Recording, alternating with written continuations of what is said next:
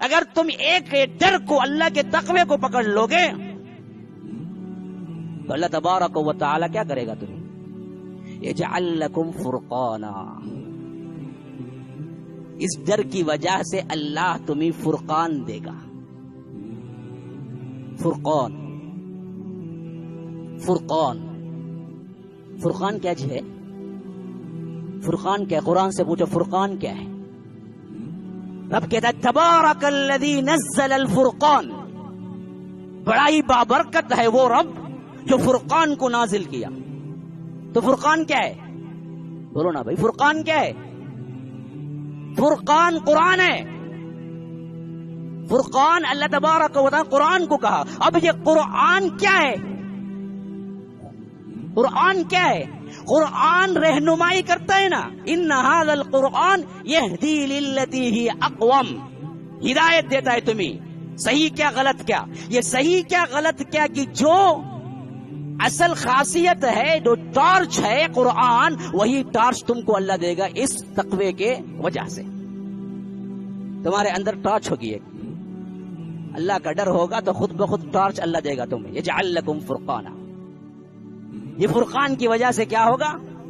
تم غلطیوں سے رک جاؤ گے، برائیوں سے رک جاؤ گے، ضلالت سے رک جاؤ گے، عقیدگی سے رک جاؤ گے، اور صحیح عقیدہ کیا ہے اس کو اپناؤ گے، صحیح چیز کیا ہے وہ سمجھ دے گا اللہ تبارک و تعالی، اس میں آگے بڑھ جاؤ. ہاں ان تتقوا اللہ، خالی ایک ہی شرط، ڈر جاؤ. ہم تمہیں دے دیتے ہیں فرقان ہاتھ میں. یہ فرقان تمہیں ہمیشہ سیدھی راہ دکھائے گا، برائی کی راہ نہیں دکھائے گا. غلط ماحول میں بھی پہنچ جائیں، اگر اللہ کا ڈر ہے، تقوی ہے، ہزار دلیلیں لا کے انہیں شرک کو ثابت کر رہا ہے کوئی بریلوی، پھر بھی تم نہیں مانو گے کیونکہ تمہارے پاس پہلے سے تقوی ہے، فرقان ہے، تم بدل نہیں سکتے. ہاں دین ایمان بچ جائے گا. اچھا ایک تقوی سے دین ایمان بن گیا، یجعل لکم فرقانا مل گیا تمہیں اسی تقوی سے. تو اب سوال یہ اٹھتا ہے کہ کیا اسی تقوی سے ہم کو دنیا بھی مل جائے گی؟ دین تو مل گیا، فرقان مل گیا، لیکن دنیا مل جائے گی؟ ہاں دنیا بھی یہی ایک تقوی سے مل جائے گی. یاد رکھو یہ بھی میری بات نہیں ہے، یہ بھی رب کی بات ہے. تم خالی تقوی کرو، ہم تمہیں دنیا دیں گے بول رہا اللہ تعالیٰ. ہاں ایک تو دین مل گیا، فرقان ملا تمہیں تقوی کی وجہ سے. یہی تقوی کی وجہ سے تمہیں یہ بھی مل جائے گا جو دنیا دنیا کما کے تم ہزاروں کے لیے کوشش کرتے ہو، اللہ تمہیں لاکھوں دے گا. کیا کرنا ہے تمہیں؟ ایک کام کرو، وَمَن يَتَّقِ اللَّهَ، جو کوئی اللہ سے ڈرتا ہے، یجعل لہ مخرجا، اس کو ہر ایک مشکل سے نکالتا ہے اللہ دنیا کی، وَيَرْزُقْهُ، اسے وہاں سے رزق دیتا ہے، من حیث لا یحتسب، جہاں سے اس کا گمان بھی نہیں ہوتا ہے. جہاں سے اس کا کوئی گمان بھی نہیں ہوتا وہاں سے ہم رزق دیں گے. شرط یہ ہے کہ تقوی اختیار کرو. دنیا تمہیں اتنی دیں گے، اتنی دیں گے، اتنی دیں گے کہ تم نفرت کرو گے، اتنی دیں گے، لیکن ہونا تقوی ہے اصل میں اندر. ادھر پورا ایمان دین مل گیا، اس آیت میں پوری دنیا مل گئی تمہیں. ایک تقوی. رب کہتا ہے کہ ایک تقوی کو اختیار کر لو. ڈر، کوئی دیکھے نہ دیکھے رب سے ڈرو، بس رب سے ڈر کے زندگی گزارو. تمہیں دنیا بھی مل جائے گی، آخرت بھی مل جائے گی. دنیا میں دین کی امان بھی مل جائے گی، دنیا میں دنیا کی امان بھی مل جائے گی. دنیا ایسی آئے گی، صحابہ کرام کو آپ نے نہیں دیکھا اپنی زندگیوں میں؟ اتنا دیا، کیسے دیا؟ تقوی، للہیت. ایسے ایسے کیا ہیں، بڑے بڑے اونٹوں پر لدے ہوئے سامان آتے تھے.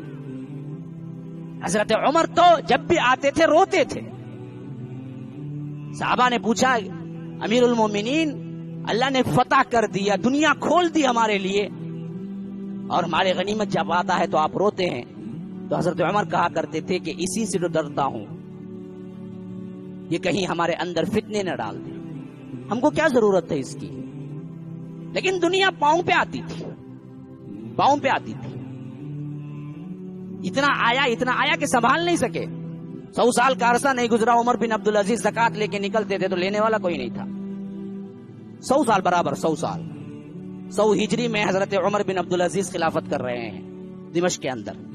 100 ہجری، کیونکہ وہ 99 to 101 2 سال ہی خلافت کیے.